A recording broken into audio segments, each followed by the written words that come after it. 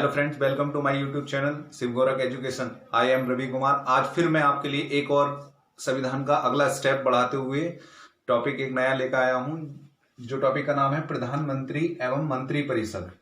सही है। इससे पहली वीडियो में मैंने आपको जो है संसद के बारे में बताया था। अब अगला स्टेप इसी के बाद में संविधान का इसी का ही आता है, प्रधानमंत्री एवं मंत्री परिषद का। फिर नेक्स्ट वीडियो में विधानसभा विधान परिषद के बारे में पढ़ेंगे। तो देखिए क्या कैसे पढ़ते हैं। सबसे पहले प्रधानमंत्री और मंत्री परिषद के बारे में जानने से पहले हमें सरकार के अंग को जानना जरूरी है। सरकार का अंग कितने होते हैं? 3 अंग होते हैं। नंबर 1 विधायिका, नंबर 2 कार्यपालिका, नंबर 3 न्यायपालिका। ठीक है। विधायिका का काम क्या होता है? जो मैंने इससे पिछली वीडियो में पढ़ा दिया था संसद के बारे में। तो संसद का काम क्या था? कानून बनाना। कार्यपालिका का क्या होता है? लागू करना, कानून को लागू करना। कार्यपालिका का काम क्या है? कानून को लागू करना। और न्यायपालिका का काम क्या होता है? न्यायपालिका का काम होता है कानून की रक्षा करना। सही है। फिर उसके बाद में आता है विधायिका को लेजिस्लेटिव और कार्यपालिका एग्जीक्यूटिव, यानी कि इसका काम लागू करना है और इसका काम है कानून बनाना। और इसका न्यायपालिका का क्या काम है? कानून की रक्षा करना। ठीक है। फिर अब जो महत्वपूर्ण जो टॉपिक हम जो आते हैं अपने टॉपिक पे, यानी प्रधानमंत्री पर। तो प्रधानमंत्री यानी प्राइम मिनिस्टर जो है, प्राइम मिनिस्टर जो होता है वो कार्यपालिका का वास्तविक प्रधान होता है। यानी कि प्रधानमंत्री कौन होता है? कार्यपालिका का वास्तविक प्रधानमंत्री। जो वास्तविक प्रधान होता है वो कौन होता है? प्रधानमंत्री। ये क्वेश्चन आता है कि कार्यपालिका का वास्तविक प्रधान कौन होता है? प्रधानमंत्री। एक क्वेश्चन के। फिर उसके बाद में आप पढ़ते हैं प्रधानमंत्री कैसे बनता है। देखिए किस में लिखा हुआ है? भारतीय संविधान के अनुच्छेद आर्टिकल 75 फर्स्ट में, यानी 75 के फर्स्ट के अनुसार प्रधानमंत्री की नियुक्ति राष्ट्रपति के द्वारा की जाती है। किसके द्वारा की जाती है? 75 फर्स्ट के। ये कौन से में लिखा हुआ है? ये आर्टिकल यानी कि अनुच्छेद में लिखा हुआ है संविधान में कि 75 के अनुसार राष्ट्रपति कौन नियुक्ति करेगा? राष्ट्रपति के द्वारा। सही। फिर उसके बाद में है प्रधानमंत्री जो है मंत्री परिषद का प्रधान होता है। किसका प्रधान होता है? मंत्री परिषद का। मंत्री परिषद का राष्ट्रपति और मंत्रिमंडल को जोड़ने वाली ये क्या है? ये कड़ी है। कौन है कड़ी? प्रधानमंत्री। यानी कि सीधे सीधे हम इस तरीके से समझते हैं कि मंत्रिमंडल जो काम करेगा, प्रधानमंत्री के अंडर में जो भी नेता काम करेंगे, जो भी मंत्री चुने जाएंगे, वो मंत्रिमंडल और एक राष्ट्रपति और एक मंत्रिमंडल की जो बीच की कड़ी है, कौन है? प्रधानमंत्री। ठीक है। प्रधानमंत्री और राष्ट्रपति की जो बात होगी वो फिर मंत्री परिषद उसको फॉलो करेंगे। ठीक है। ये तो था इसका प्रधानमंत्री का इंट्रोडक्शन। देखो दोस्तों, अब पढ़ते हैं प्रधानमंत्री के थोड़े से इफेक्टिव जो क्वेश्चन एग्जाम में एक छोटे से 1 लाइनर क्वेश्चन बनते हैं, ऑब्जेक्टिव टाइप के क्वेश्चन। देखिए कैसे बनते हैं। लोकसभा में बहुमत दल का नेता कौन होता है? यही प्रधानमंत्री जी होते हैं। ठीक है। याद रखेंगे, लोकसभा में बहुमत दल का नेता कौन होता है? प्रधानमंत्री। फिर आता है योजना आयोग, नीति आयोग का अध्यक्ष कौन होता है? प्रधानमंत्री। योजना आयोग या नीति आयोग, यानी योजना आयोग पहले अब थी, अब क्या हो गई है? वो नीति आयोग कर दी है मोदी जी ने। तो उनका नीति आयोग का अध्यक्ष कौन होता है? प्रधानमंत्री। मंत्रिमंडल की अध्यक्षता कौन करता है? प्रधानमंत्री करता है। तो ये क्वेश्चन भी आता है, मंत्रिमंडल की अध्यक्षता कौन करता है? प्रधानमंत्री करता है। और जो पहले प्रधानमंत्री सर्वप्रथम रह चुके हैं वो कौन है? जवाहरलाल नेहरू, पंडित जवाहरलाल नेहरू जी। ठीक है।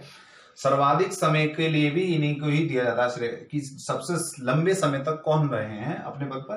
प्रधानमंत्री के जवाहरलाल नेहरू जी। फिर आता है सबसे कम समय के लिए भी बने हैं जिनके लिए, वो है अटल बिहारी वाजपेयी। इनकी सरकार को क्या हुआ था? बहुमत नहीं पूर्ण रूप से मिल पाया था, तो इसलिए अटल बिहारी वाजपेयी की सरकार गिर गई थी बहुत कम समय के लिए। प्रथम गैर कांग्रेसी प्रधानमंत्री कौन बने थे? ये है मोरारजी देसाई। ठीक है। इनको एक श्रेय दिया था। सर्वाधिक उम्र दराज में बनने वाले कौन है प्रधानमंत्री? तो मोरारजी देसाई। ठीक है, याद रखेंगे मोरारजी देसाई।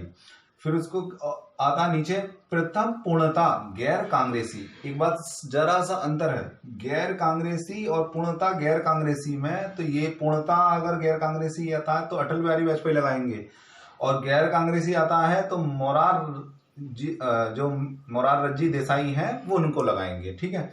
सबसे कम उम्र में प्रधानमंत्री पद पर कौन है? राजीव गांधी। और प्रथम सिख प्रधानमंत्री आप जानते हैं मनमोहन सिंह जी। और शपथ ग्रहण करते समय क्वेश्चन आता है कि शपथ ग्रहण करते समय राज्यसभा का सदस्य कौन सदस्य थी जिन्हें प्रधानमंत्री बनाया गया? वो थी श्रीमती इंदिरा गांधी जी। ठीक है। और देखो दोस्तों, अब पढ़ते हैं हम उसकी प्रधानमंत्री जी की योग्यता कौन कौन सी होनी चाहिए। एक तो वो भारत का नागरिक हो और संसद के सदस्य की योग्यता रखता हो। ये संसद के ये सदस्य भी हो सकता है। तो देखिए कैसे करते हैं। जब लोकसभा में लोकसभा के चुनाव होते हैं, हर जिले से एक एमपी चुनता है। तो एक एमपी, यानी कि मैंने बताया था कितने में वोट लड़ा जाता है, तो उसमें 543 पे बताया था 545 सदस्य होती है, 543 पे वोट लड़ा जाता है। तो 543 में से जो बहुमत शामिल करेगा, यानी कि इनमें से एक तो बहुमत शामिल करेंगे और एक होगा अल्पमत, एक होगा बहुमत। तो बहुमत वाले को वोट ज्यादा मिलेंगे, तो जब बहुमत उसे ज्यादा प्राप्त होगा तो वो लोकसभा में वो ही सीट अपनी रिजर्व कर देगा, दावेदारी अपनी सरकार बनाने की। तो सरकार जब बन जाएगी उनकी, तो उसमें इकट्ठा होकर मंत्रिपरिषद आपस में ही मंत्रियां सब इकट्ठा होंगे और अपने दल का एक नेता चुना जाएगा। वो दल का नेता ही क्या होता है? प्रधानमंत्री होता है। अब प्रधानमंत्री चुनने के बाद में अब उनको शपथ कौन दिलाएगा? शपथ जो दिलाएंगे वो कौन दिलाएगा? शपथ दिलाएंगे राष्ट्रपति जी। ठीक है, राष्ट्रपति जी दिलाएंगे और राष्ट्रपति ही नियुक्त करते हैं फिर मंत्रिपरिषद की सलाह के अनुसार। फिर बाद में इनका कार्यकाल कितना होता है? 5 वर्ष। याद रखेंगे इनका कार्यकाल क्या होता है? 5 वर्ष। शपथ मैंने बता दिया, आपको योग्यता भी बता दी है मैंने।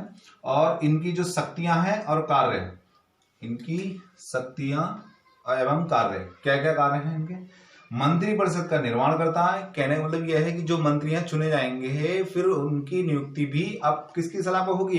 प्रधानमंत्री की सलाह पर। ठीक है। विभाग का जो बंटवारा व परिवर्तन है वो कौन कर सकता है? विभाग का बंटवारा यानी कि जैसे शिक्षा अधिकारी है और मानव विकास कल्याण अधिकारी, ये जो एक अलग अलग डिपार्टमेंट होते हैं, वो कौन बंटवारा करता है पूरे देश में?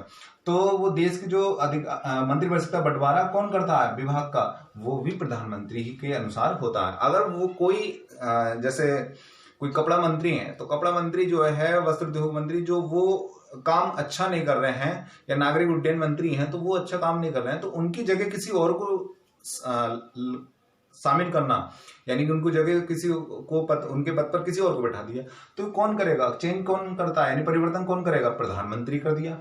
फिर उसके बाद में लोकसभा के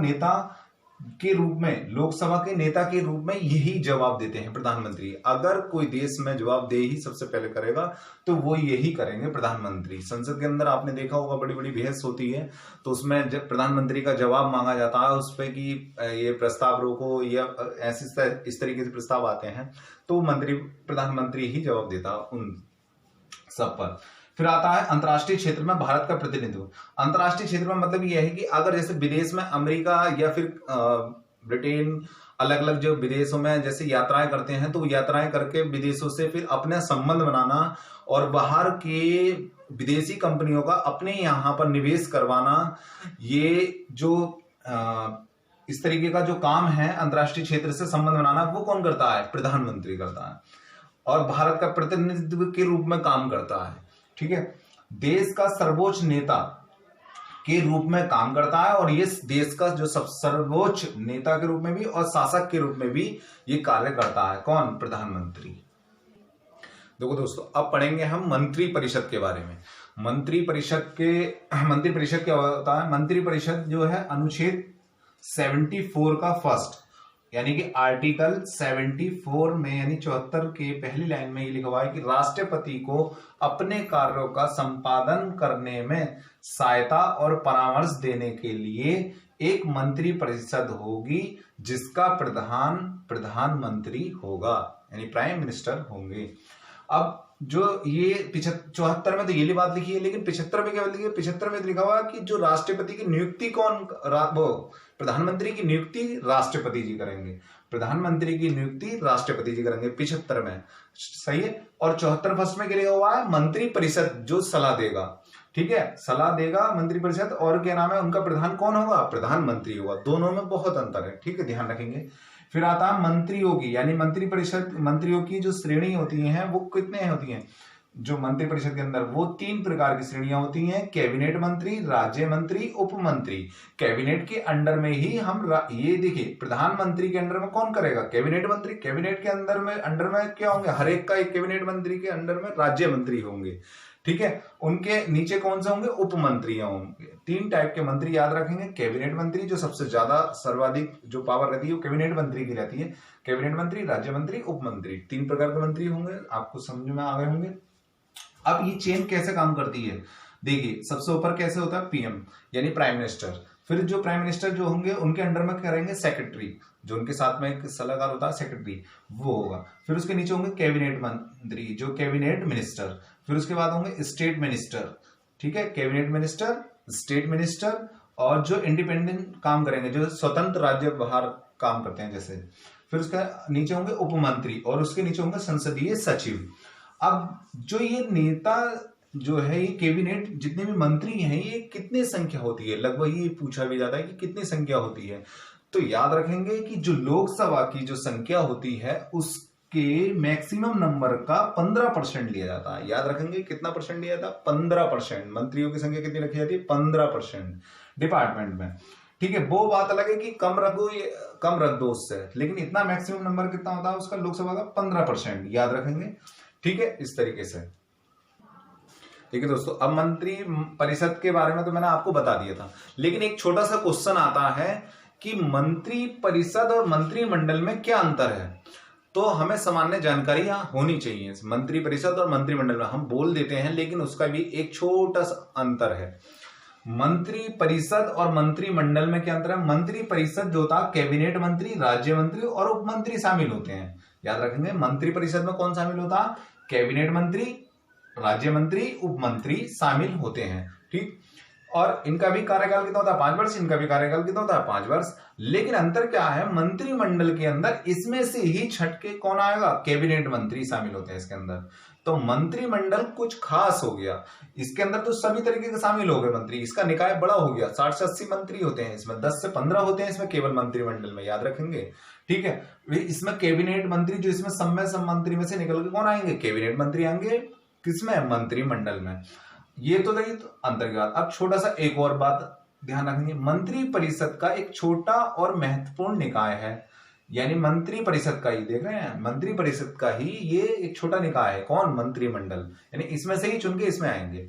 अब इनके द्वारा लिए गए जो फैसले होंगे, यानी कि जो ये मंत्रिमंडल के जो खास नेता वो इसमें बैठ गए, कुल मिला के ये बात है, तो वो ये जो फैसला लेंगे वो इन्हें मानना पड़ेगा सभी को, ठीक। ये वही बात लिखी हुई है कि इनके द्वारा लिए गए फैसले मंत्री परिषद को मान्य होते हैं, ठीक है। इसके बारे में ये इस तरीके से मंत्रिमंडल और मंत्री परिषद के बारे में हमने जाना, ठीक है।